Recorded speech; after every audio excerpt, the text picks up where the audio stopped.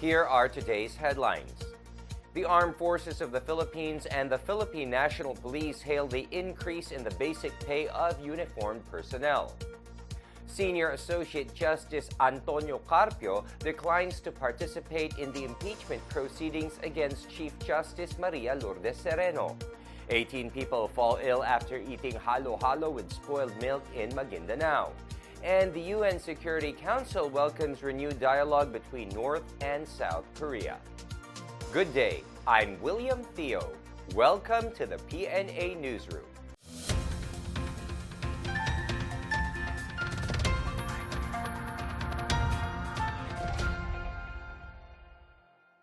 The Armed Forces of the Philippines and the Philippine National Police welcome President Rodrigo Duterte's approval of increasing the base pay of uniformed personnel.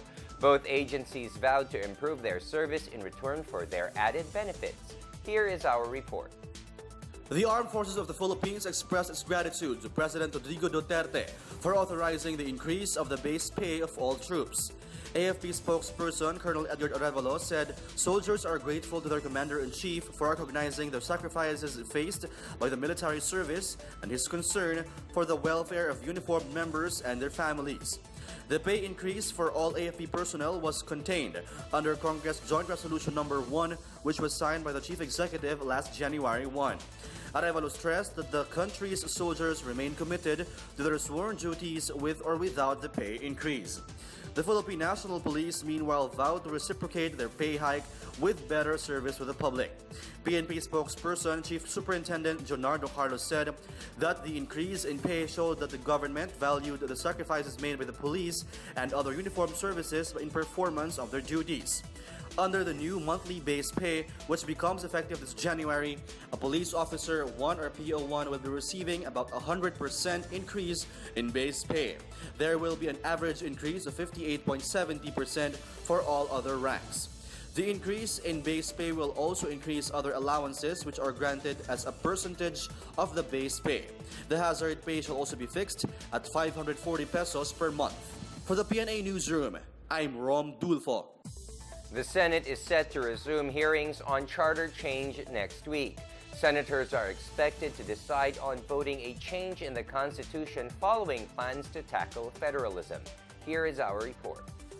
The Senate would resume hearings on the proposed revision of the 1987 Constitution on January 17, Wednesday. Senator Francis Pangilinan, chair of the Senate Committee on Constitutional Amendments and Revision of Codes, said that the Senate would tackle 3 bills on amending the Constitution. Pangilinan said that he would want to find out if there was really a need to amend the Constitution, which provisions would be changed, and why. He also wanted to know if the revisions should be done through a constituent assembly or a constitutional convention. Pangilinan said that they must settle whether voting should be done by the Senate and House of Representatives jointly or separately, and whether Congress could pass a resolution limiting the power of the CONAS or CONCON. Expected to attend the hearing are Constitution experts, members of the academe, business sector, labor, civil society, and other concerned stakeholders. For the PNA Newsroom, I'm Benj Bondok. The Office of the Solicitor General slammed the petition of militant lawmakers before the Supreme Court to halt the implementation of tax reform for Acceleration and Inclusion or TRAIN Act. Solicitor General Jose Calida said that citing lack of quorum of Congress as basis to nullify the law is a flimsy excuse. Makabayan Bloc Representatives Antonio Tino, Carlos Zarate, and Ariel Casilao said the tax reform law should be declared unconstitutional. The petitioners said the law was invalid since there was no quorum. They urged the High Court to issue a temporary restraining order on the law, which took effect on January 1. They also claim that the TRAIN, which slashes personal income rates while raising additional revenues for infrastructure and social services, would not be beneficial to the public. They said the new excise taxes and its broader value-added tax will hit poor and low-income earners. The TRAIN is the first package of the government's proposed comprehensive tax reform program, which is seen to generate additional revenue to fund the country's investment requirements. Former Palawan Governor Joel Reyes filed indirect contempt charges against presidential spokesperson Harry Roque in connection with the clearing of murder charges with the killing of environmentalist and broadcaster Jerry Ortega. In his petition before the Court of Appeals, Reyes said Roque's attacks on the court were unwarranted. He said that while Roque claimed to speak on a personal capacity, his criticism of the decision may influence the public and even the courts. Roque was quoted in the media calling the decision as alarming and a travesty of justice. He was also quoted accusing the CA Special Division of overruling the Supreme Court. Reyes said Roque's statement was a veiled threat for the court to decide in favor of the government.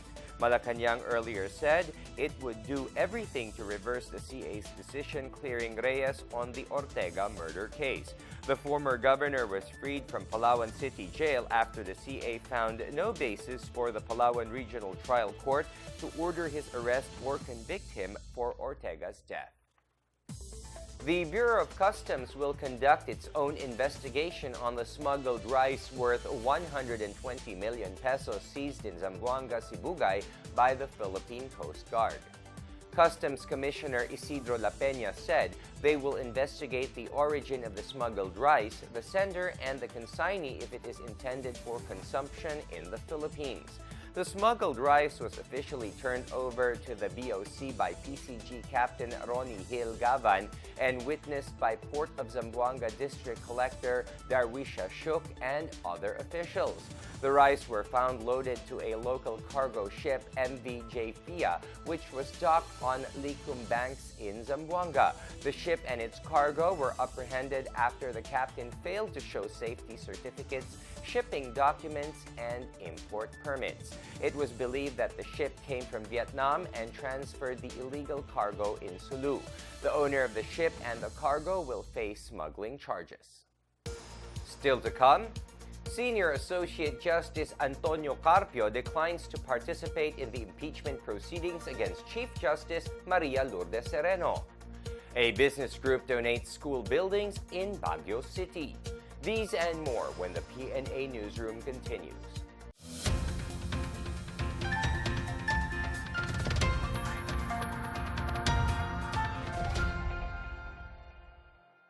Nakumpleto na ng 2,615 internally displaced persons mula sa Marawi City sa mga home-based community at mga evacuation center sa Iligan City at Lanao del Norte ang programang pagsasanay para sa Work Scholarship ng Technical Education and Skills Development Authority o TESDA, ang Massive Skills Training Program. Para sa karagdagang tulong sa mga IDP graduates ng programa ng pagsasanay, ang mga toolkit tulad ng oven, multitester, screwdriver at welding machine ay ipinamahagi. Ayon kay Tarhata Mapandi, Officer in Charge ng TESDA Region 10 at Lanao del Norte Provincial Director, mas mahusay na sila ngayon at nakikita nila na may pag-asa pa, may kumpiyansa na rin at hindi gaya ng dati. Tinitiyak din ni Mapandi na mayroong higit pang mga programa na ibibigay sa mga IDP tulad ng Special Training for Employment Program. Sa wikang Maranao ay nagpadala ng mensahe ng kanyang pagbati sa pamamagitan ng isang video si TESDA Director General Secretary Giling A. Mamundyong na naghihikayat sa mga nagtapos na IDP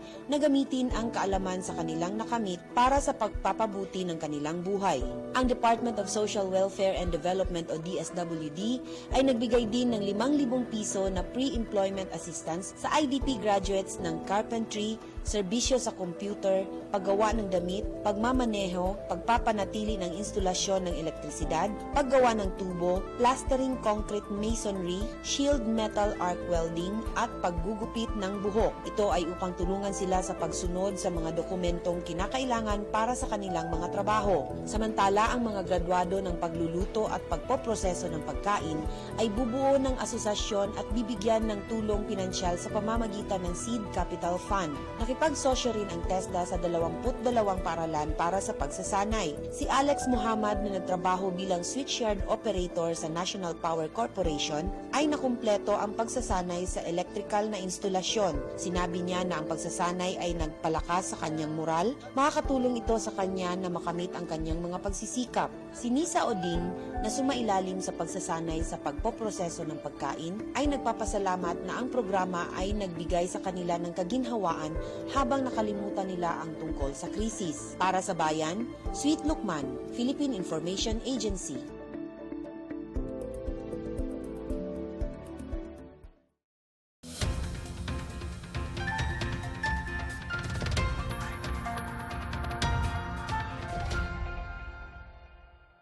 Senior Associate Justice Antonio Carpio denied knowledge about the issues against Chief Justice Maria Lourdes Sereno as he declined the invitation to attend her impeachment proceedings. Here is our report.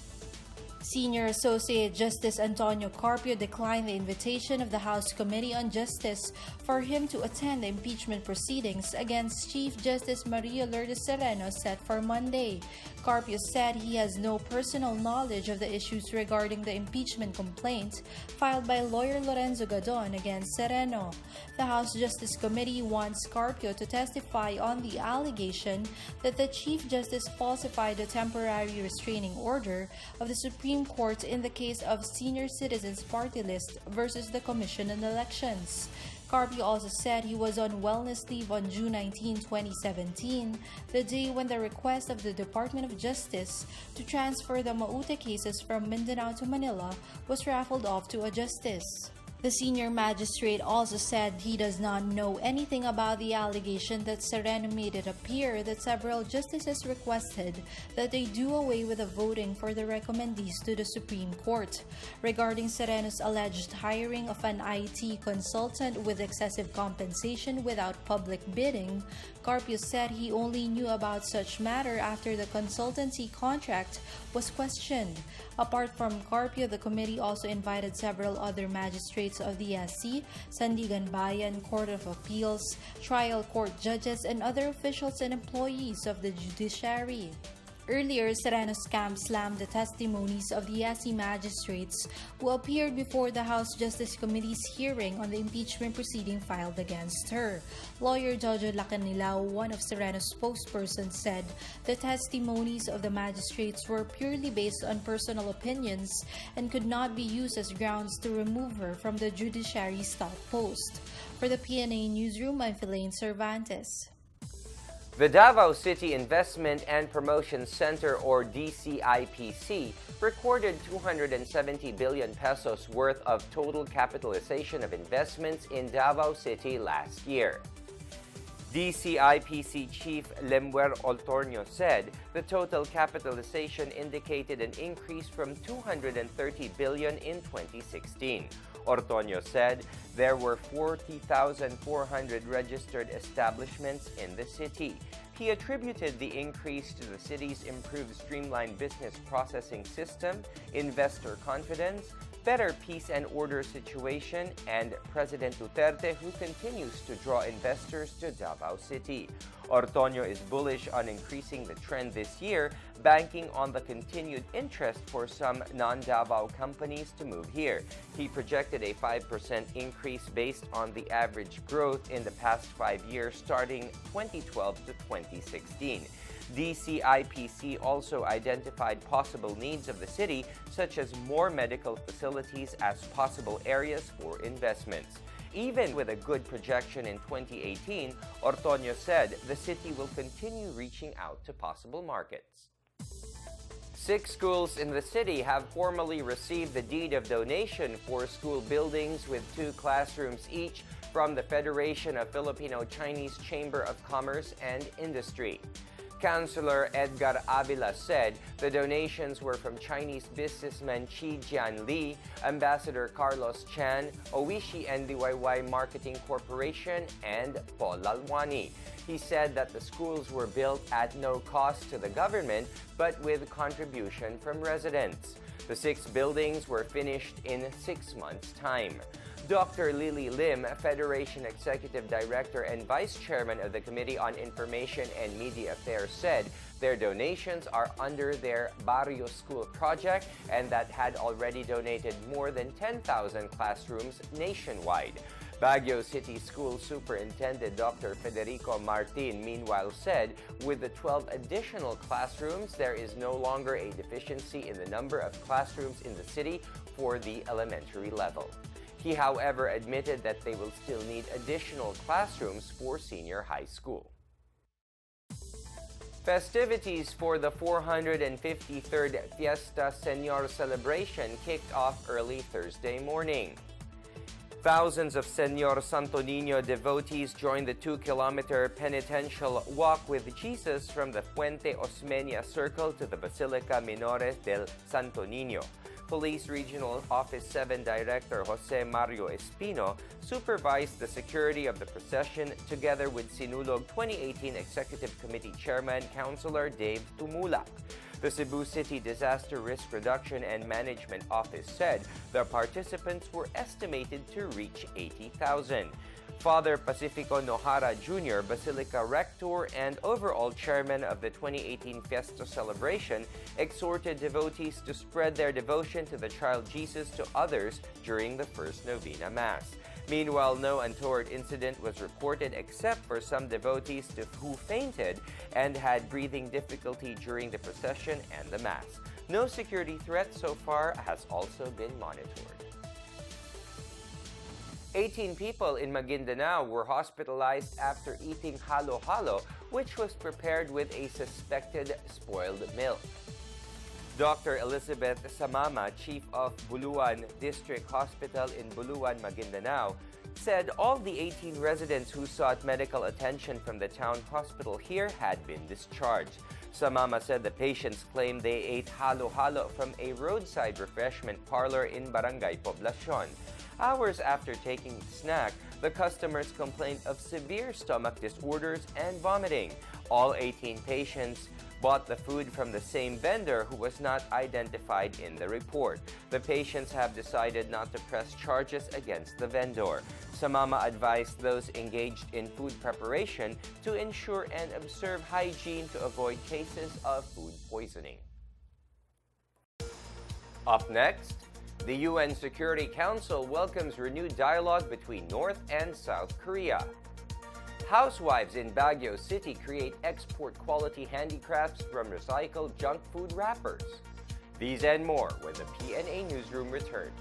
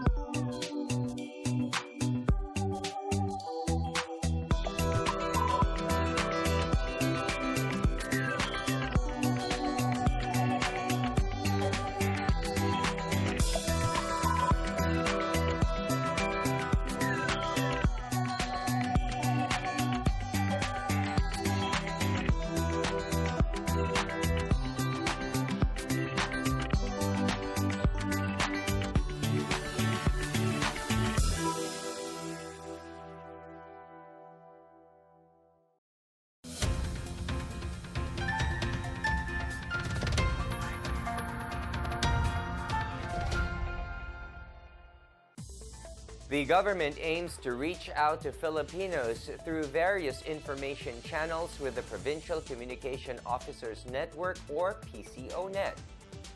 Communications Assistant Secretary Ana Maria Paz Banaag said the government hopes to build a network with local government units, government agencies, and information officers. Banaag and Director 3 Princess Duque met with more than 50 information officers in Negros Occidental Wednesday for the 10th leg of the PCONet launch. PCOO officials also met with Governor Alfredo Marañon Jr. and Provincial Information Office Head Karen Dinsay. The Presidential Communications Operations Office aims to bring news and information from Malacanang to the LGUs, schools, and private institutions to ensure that the policies and plans of the Duterte administration are communicated to every Filipino. Banaag said the PCONet was a way for the PCOO and for Malacanang to bring the government in Metro Manila closer to the provinces. The UN Security Council on Wednesday welcomed the latest interactions on the Korean Peninsula. Kazakh ambassador to the United Nations, Kairat Umarov, said dialogue between the two states can open possibilities for confidence and trust building to reduce tensions. The Council expressed hope that such interactions would lead to the denuclearization of the Korean Peninsula. Despite the positive development, the Council would not budge on sanctions against North Korea for its nuclear weapon and ballistic missile programs. North Korea and South Korea on Tuesday started high-level talks, the first in about 2 years. A joint press release said North Korea had agreed to send a delegation to the 2018 Winter Olympics to kick off in February in Pyeongchang, South Korea, and the 2018 Paralympics in March. Seoul and Pyongyang also agreed to hold a separate dialogue between their military authorities. North Korea also reopened a military hotline with South Korea across the western border.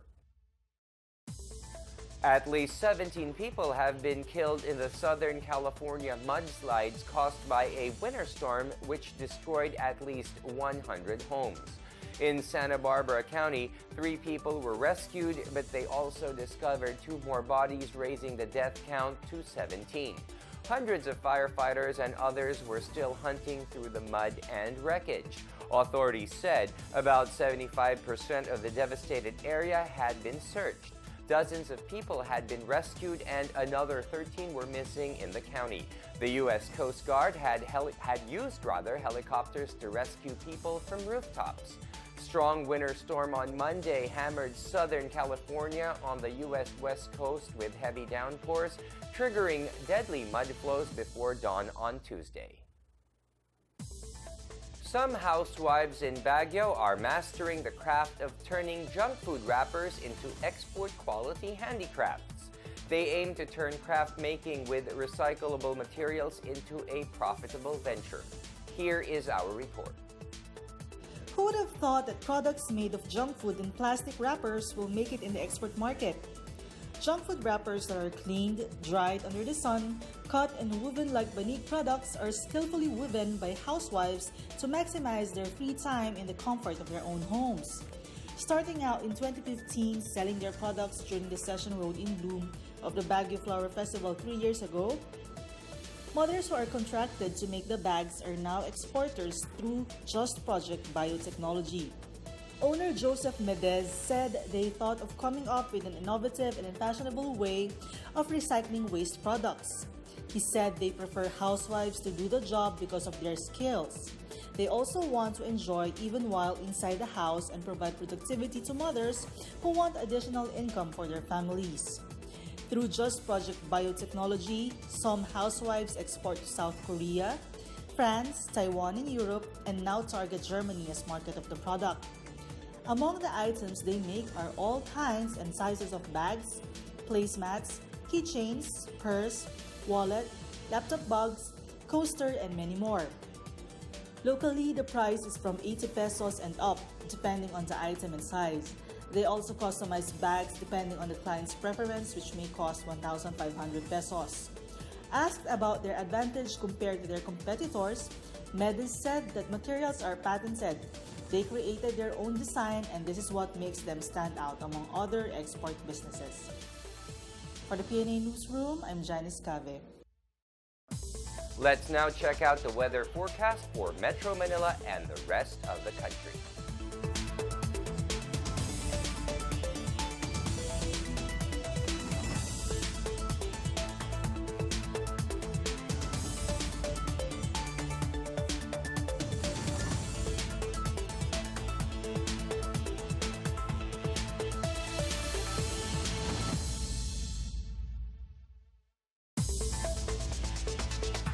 Tourist arrivals in Davao City in 2017 had surpassed the local government's target. Records at the Davao City Tourism Operations Office showed that a total of 2,009,879 tourists arrived in the city between January to December last year. Domestic tourists still dominated the figure with 1.8 million. Foreign tourist arrival data also showed a slight increase last year with 126,209 compared to the 2016 record of 124,863. The biggest increase was noted in August 2017 in time for the Kadayawan Festival at 185,660 compared to the August 2016 figure of 171,851.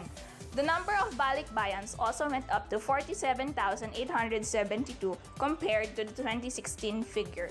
Generosa Texon, chief of the Tourism Operations Office, credited the increase in tourist arrivals to the strong partnership between the local government and the private and public sectors. She also underscored the role of the security forces and the city government's private industry partners in making Davao City attractive to tourists, noting that the city is still under martial law.